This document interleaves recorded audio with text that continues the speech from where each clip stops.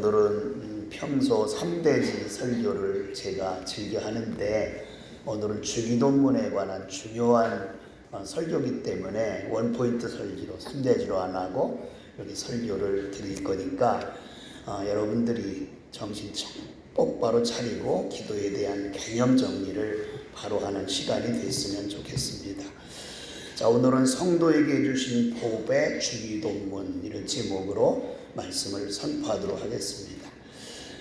혹시 여러분 염주나 묵주에 대해서 아세요?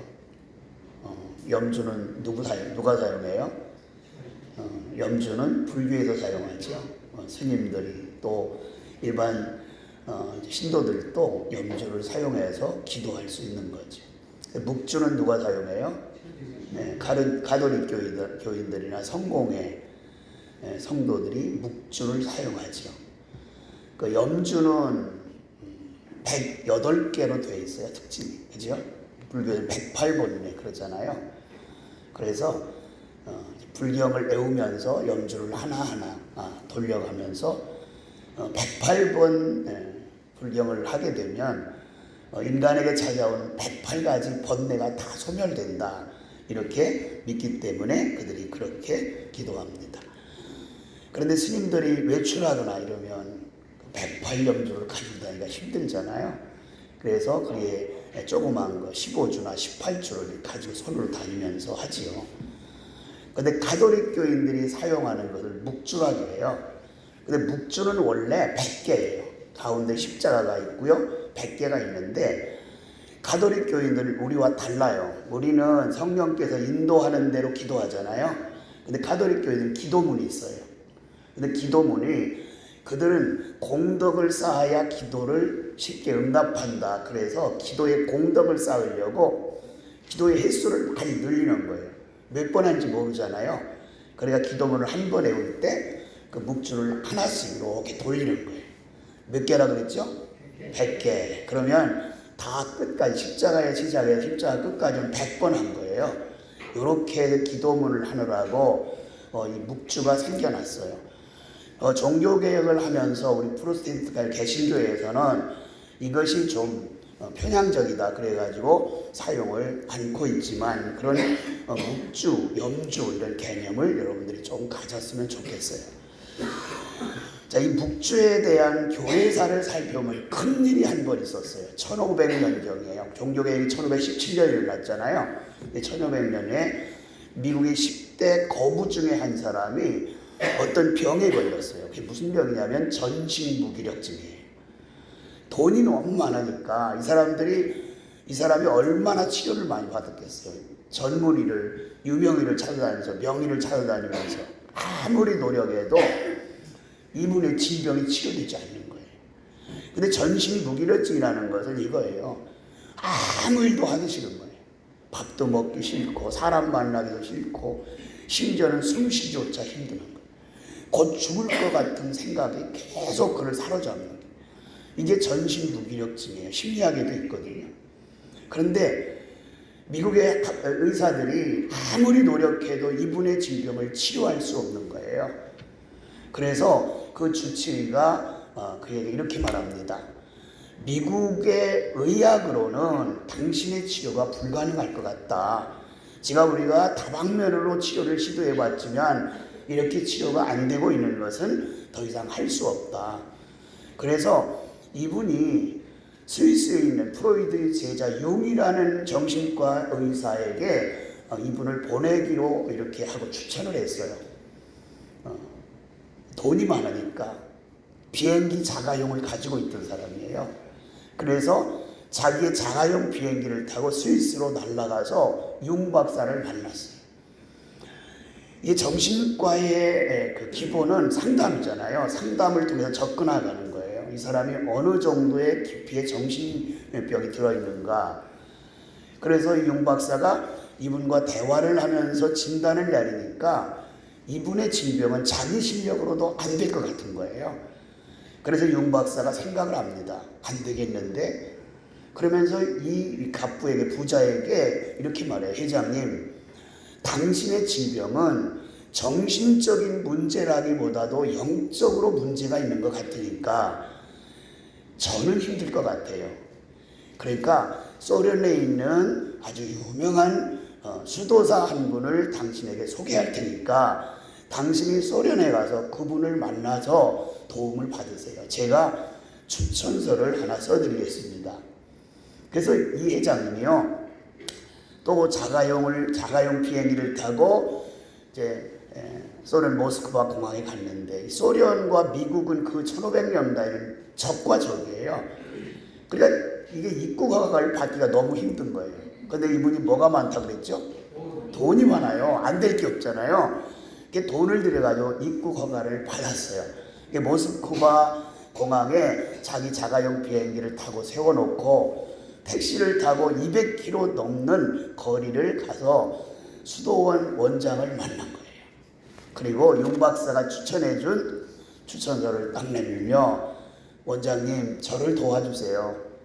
제가 윤 박사님이 보내서 왔는데 윤 박사님이 이제 가면서 부탁할 말이 있어요. 그 수도원 원장을 만나거든랑 절대로 교만하지 말고 어린아이같이 순수하게 하는 말을 잘 받아들이고 돈 많다고 의시되지 말고 그렇게 다 시키는 대로만 해라.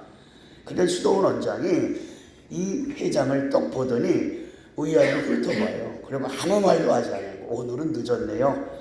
제가 방을 잡아드릴 테니까 오늘은 주무시고 내일 오전 9시까지 오세요. 그럴 수 있지요, 뭐 늦었으니까. 방을 잡아줘서 자고서 이른 아침에 그 다음날 9시에 간 거예요. 가는데 이 수도원 원장님이 윤 박사를 보더니 이렇게 들어보더니 이래요. 아, 당신 주기도문 할 줄 알아요? 그러니까 이분이, 나는 모태 신앙을 가진 사람인데 어려서부터 주기도문쯤이야 내가 달달해 옵니다. 걱정하지 마세요. 그러니까 이 수도원 원장이요, 묵주를 하나 더 건네주면서 오늘 오셨으니까 주기도문 300번만 하세요. 그러더래요. 300번을 마쳤다 그러니까 이제 가세요. 그리고 내일 9시에 다시 오세요. 워낙 유명한 분 얘기니까, 또 수도원 원장님이 하라니까 이분이 묵주를 굴려가면서 300번의 주기도문을 하고 나서요, 그 다음에 숙소에 갔다가 다음날 9시에 다시 온 거예요. 특별한 처방이 있을까 생각하고 원장님을 만나니까 300번 어저께 하느라고 고생하셨는데 오늘은 600번을 하셔야 됩니다. 그렇게 해서 3일째 갔어요. 3일째는 몇 번일 것 같아요? 900번을 하라는 거예요. 그냥 약간 이렇게 성질나기 시작하는 거예요. 아니, 내가 모태신앙의 사람으로서 미국에서도 주기도문을 얼마든지 할 수 있는데 왜 이렇게 어렵게 소련의 입국수속을 받아가지고 여기까지 왔는데 하라는 게 왜 주기도문이냐고. 그래 약간 화가 났어요. 그래서 일단은 참아서 다시 숙소로 돌아갔어요. 그 다음 날 다시 갔어요. 몇 번일까요? 1200번 하라는 거예요. 그래 1200번 하라는 소리에 화가 나니까 비서를 불렀어요. 야, 짐 싸. 가야 되겠어. 나 너무 속상한데? 내가 이렇게 치료받으려고 여기 오지 않았잖아. 주기도문 하려고 내가 여기 왔냐? 그러니까 이 비서관이 이러는 거예요. 회장님, 여기까지 추천서를 써서 보내준 윤 박사의 체면을 생각해서라도 조금만 참으시지요. 그거 뭐 주기도문 어려워요. 계속 하면 되지. 그래? 그럼 내 말 들으니까 또 그것도 그렇다. 그러면 보따리를 풀르지 마. 기도하다가 성질나면 갈 테니까. 그렇게 해서요, 300번씩 계속 하루에 추가되는데 4800번 하루에 하는 날이에요. 4800번 주기도문을 딱 하고 났는데 갑자기 몸이 뜨거워지면서 하늘이 열리고 능력을 체험하게 되는 거예요. 그 순간에 전신 무기력증이 싹 나왔어요. 이것이 실화예요. 교회 역사에 보면 이런 일이 있어요. 뭐를 4800번 했다고요? 주기도문. 이렇게 4800번의 주기도문을 함으로 말미암아 이런 놀라운 일이 있었다는 것을 우리에게 가르쳐주고 있습니다. 자, 기독교의 3대 보배가 있어요. 십계명, 사도신경, 주기도문이에요. 십계명은 율법이 613가지예요. 구역성경에. 크게는 두 가지잖아요. 율법이 하라 하지 말라. 요것을 레위기서에 나오는 것을 전부 분석해보면 613가지예요. 그래서 613가지 율법을 축약해 놓은 것이 십계명이에요. 그리고 사도신경은 예수님의 사도 12사도가 신앙생활을 어떻게 하고 어떤 신앙을 가지고 살아야 될 건가, 이것을 잘 요약해서 기록해 놓은 것이 사도신경이에요. 그리고 예수님께서 가르쳐준 주기도문은 십계명과 사도신경을 합친 것. 그러니까 우리가 그리스도인으로서 무엇을 믿고 어떻게 신앙생활해야 되는가, 이것이 바로 주기도문의 핵심 내용이에요. 자, 그럼 본문은 그 유명한 주기도문, 주님께서 가르쳐준 기도문에 대한 내용이지요. 주기도문을 이렇게 기도하라, 이렇게 시작돼요. 그러면 주기도문이라고 하는 것은요, 신앙생활을 1년 이상만 하면, 1년 아니도 머리 좋은 분은 몇 개월만 하면 다 암송할 수 있지요. 그죠? 다 암송할 수 있어요. 어려서부터 신앙생활 하는 분들은 지금까지 주기도문을 얼마나 많이 했어요. 그런데 이렇게 반복되다 보니까 문제가 있어요. 뭐냐면 암송은 잘해요. 그런데 주기도문을 하면서 집중을 하지 않아요. 의미를 생각하지 않아요. 그냥 암송하는 거예요.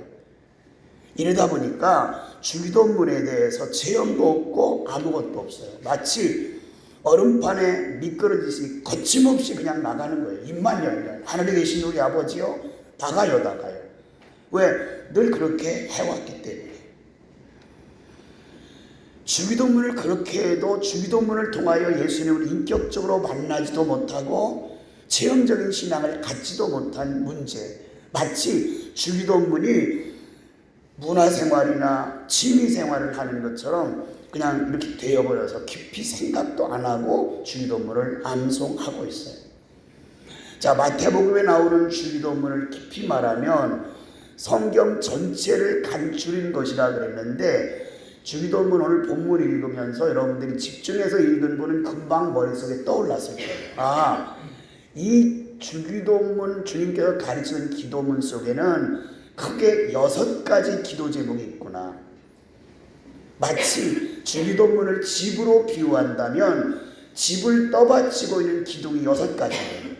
이걸 우리의 몸으로 비유한다면 하늘을 향한 기도, 오른손에 잡혀있는 하늘을 향한 기도 3가지, 왼손에는 땅을 향한 기도 3가지, 이렇게 6가지 기도 제목이 이제 주기도문 속에 담겨 있다는 것을 알 수가 있어요. 자, 하늘에 계신 우리 아버지여, 이렇게 시작되지요. 그 다음에 땅에서는 또 3가지가 기록되어 있다고 말씀을 드렸는데, 자, 먼저 하늘에 계신 3가지 기도가 무엇인지 살펴보겠어요. 자, 하늘에 계신 우리 아버지여, 이름이 거룩히 여김을 받으시오며. 첫 번째 기도가 뭐예요? 하나님의 이름을 높이는 거예요. 하나님의 이름. 여러분, 성경을 66권을 막 이렇게 읽다 보면 어떤 사건이나 어떤 일을 설명할 때 꼭 하나님께서 이르시되, 하나님께서 말씀하시되, 이래요. 하나님의 이름이 맨 먼저 언급돼요. 그래서 우리가 첫 번째 기도는 아버지의 이름에 대한 기도예요. 자, 우리가 아버지의 이름을 부름과 동시에 은혜가 시작돼요. 자, 오늘 우리의 자녀들이, 제 자녀들이 둘이 왔어요. 이 시간. 그러면 저 애들이 저를 아버지, 아빠 하고 부를 때는 그냥 부를까요? 목적 있어 부를까요? 목적 있어 불러요. 목적 있어서. 제가 막 예배당에 올라오려고 하는데 우리 딸이 내려와가지고 아빠 하고 부르고만 저를 끼어들려고 그래요. 왜요? 제가 코감기 걸렸거든요. 그랬더니 막 불평을 토하는 거예요. 아빠가 딸이 좋아, 고감기 걸려서 싫어, 뭐 우리가 뭐 정확한 말을 해가 모르지만 접근할까 뭐 하지 말라고, 나 감기 옮는다고. 자, 불렀어요. 목적 있으면 부르는 거예요. 그죠? 여러분이 하늘에 계신 우리 아버지요, 그럼 하나님은 우리의 부름을 들으실까요, 안 들으실까요? 들으셔요. 그 순간부터 은혜가 임하는 거예요.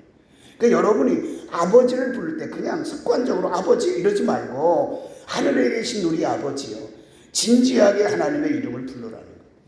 두 번째 기도 제목은 뭐죠? 나라에 임하옵시며. 그죠? 나라가 임하옵시며. 하나님의 나라예요. 이 하나님의 나라에 대한 개념을 창세기부터 요한계시록까지 계속 우리에게 주는 것이 바로 주기도문이에요. 하나님의 나라에 대한 것, 하나님의 나라, 천국에 대한 것, 이 땅에 하나님의 나라가 이루어지는 것, 이것을 기도 제목으로 우리에게 주셨어요. 그 다음에 세 번째, 하늘을 향한 기도, 세 번째는 여호와의 뜻이에요. 뜻이 하늘에서 이루어진 것 같이, 뜻이 어디서 이루어져요? 하늘에서 이루어져야 된다. 이렇게 세 가지 하늘에 속한 기도문이 있어요. 그 다음에 땅에서 할 때 그 땅이라고 하는 것은 우리가 발로 밟고 사는 땅도 되지만, 작게는 내 가정, 내 일터, 나의 공동체. 우리가 기도는요, 이기적인 기도가 돼서는 안 돼요. 나에게만이 아니에요. 땅에서도 이루어지리라. 이 땅이라고 하는 것은 넓게는 지구촌에 있는 모든 사람들을 의미하고 있는 거예요. 하나님의 뜻이 땅에서도 있는 거예요. 그러니까 하나님의 뜻 가운데 가장 큰 뜻은 뭐예요? 영혼 구원이에요. 한 사람도 멸망하지 않고 천국에 가는 거. 이게 하나님의 뜻이거든요. 그런데 나만 천국 가면 돼요? 안 되잖아요. 지구촌에 있는 모든 사람들이 예수 믿고 천국 가야 되기 때문에 그 하나님의 뜻에 대해서 이렇게 오늘 말씀의 두 번째 기도 제목이 있는 거예요. 자, 그 다음 왼손에 담아 하늘 보좌에 올리는 땅에 속한 기도 세 가지가 우리에게 뭘 달라고요? 일용할 양식을 주옵소서. 자, 여기서 우리는 나와 가족만을 이야기하는 게 아니에요. 우리 공동체 전체를 말하고요, 이 나라 이 민족을 말하는 거고요, 지구촌에 있는 모든 월드비전, 모든 백성들이 일용할 양식을 받을 수 있도록, 가질 수 있도록 위해서 기도하는 거예요. 그러니까 주기도문의 의미를 아는 사람은 기도의 폭이 넓어져요. 나만을 위한 기도가 아니에요. 항상 기도할 때마다 우리라는 말을 많이 써요. 이 사람은 누가 무슨 말을 하느냐에 따라서 개념이 달라져요. 자, 우리 오늘 장로님 기도하실 때 이 탄압 전국이 속히 수습돼서 나라가 평안을 갖게 해주세요. 이렇게 기도하셨어요. 그런데 며칠 전에 윤 대통령 탄핵을 반대하면서 자살한 분이 있었다고 뉴스 들으셨나요? 못 들으셨어요? 그런 뉴스를 들어보면 그분은 나라가 안정되게 해달라면 윤 대통령이 탄핵이 인용되는 거예요, 각하되는 거예요? 각하되는 거예요, 기각되는 거예요, 그죠? 기각돼요. 그런데 또 반대로 나라가 탄핵 정국이 잘 안정돼서 나라가 안정되게 해주세요. 그러면 죄송해요, 민주당 쪽에서 핵심인 사람이 그렇게 말한다면 그거는 탄핵이 어떻게 돼야 돼요? 인용돼야 돼요. 말은 똑같아요. 그런데 받아들이는 개념이 달라요. 자, 여기서 땅에서도 이루어지라 하는 말은, 이 땅은 하나님께서 우리에게 원하시는 땅은 나만이 위한 것이 아니라 지구촌 모든 땅을 말하고요, 이 땅에 있는 모든 사람을 말한다고 하는 것을 여러분들이 기억하시면 되겠어요. 그 다음에 두 번째는 죄 용서예요. 자, 죄 용서도 어떻게 했어요? 주기도문 가운데 가장 어려운 기도가 이 부분이에요. 이 기도래요. 공통적으로 뭐라고 그랬죠? 우리가 우리에게 죄 지은 자를 사하여 준 것 같이 내 죄를 용서해 달라고요? 우리 죄를 용서해 주옵시오. 그래서 우리 죄를, 이게 죄 용서예요. 참 이 죄 용서라는 것은 참 힘들어요. 제일 힘든 거 여러분 이런 거잖아요. 내 돈 띄어먹은 사람 어떻게 용서해? 어떻게 내 돈 띄어먹은 사람, 나를 이렇게 아픔을 줬는데 어떻게 용서하냐고요? 할 수가 없잖아. 나를 그렇게 괴롭힌 시어머니를 어떻게 용서해? 그렇다고 하나님, 나를 괴롭힌 시어머니만 빼놓고요, 뭐 이럴 수는 없잖아요. 근데 주기도문 속에서는 전체를 다 위해서 기도하는 거예요. 그 용서를 위해서. 이게 정말 힘든 기도예요. 여러분과 제가 그냥 애우듯이만 한다면 의미가 없어요. 근데 깊이 생각하면 정말 우리 죄 용서를 위해서 기도할 때 나를 너무 힘들게 하고 말하고 싶지 않은 사람을 그를 죄를 용서해달라고 정말 사랑하는 마음을 가지고 기도할 수 있는가? 기도할 때에 이분은 초월적인 사람이에요. 이분만이 은혜의 사람이고 하나님이 원하는 사람이라 하는 것을 우리가 알 수가 있어요. 마지막 세 번째 땅에서의 기도는 뭐죠? 다만 악에서 구하옵소서. 우리를 시험에 들지 말게 하시고 다만 악에서 구하옵소서. 이 세상은 악으로 가득 차 있어요. 이런 악한 세상에서 우리가 물들지 않고 산다는 거, 온전하게 신앙을 지켜 산다는 거, 바른 길 간다는 거 쉽지 않아요. 왜냐하면 이런 세상에서요 7개 믿음을 지켜나가는 사람은 왕따잖아요. 왜? 온갖 죄를 자행하면서 죄가 죄인 줄 모르고 살아가요. 죄가 너무 관영하니까. 그런 가운데서 정말 하나님의 은혜를 받고 마음의 찔림을 받아서 내가 이 길을 가지 않으면 하나님께 기쁨을 드릴 수 없는데 그래도 그 길을 가다 오면 너만 잘났냐? 이렇게. 너만 잘났냐? 주변을 봐. 너같이 사는 사람은 어디 있나? 이렇게 공격을 받아요. 이런 악한 세상에서 우리가 보호받고 건진받는 것이 우리에게 주신 은혜의 축복입니다. 여러분, 이렇게 주님께서 가르치는 기도문의 의미를 깊이 생각하고 조각조각 차근차근 기도하면, 간절히 기도하면 하늘문이 열려요. 주기도문보다 더 깊은 기도문이 이 세상에 없어요. 주기도문보다 더 넓은 기도가 이 세상에 없어요. 여러분, 주기도문은 예배 끝날 때 하는 기도문이 아니에요. 우리의 기도가 부족하기 때문에 예배 끝날 때 주기도문을 하는 거지, 주기도문은 예배 끝남의 기도가 아니에요. 주기도문은 평상시에도 해야 돼요. 특별히 우리 막 힘든 일을 당하다 보면 기도가 안 나오잖아요. 기도문이 안 열리잖아요. 여러분만 그런 거 아니에요? 저도 그래요. 막 기도하려면 너무 힘들고 그러니까 기도가 이어지질 않아요.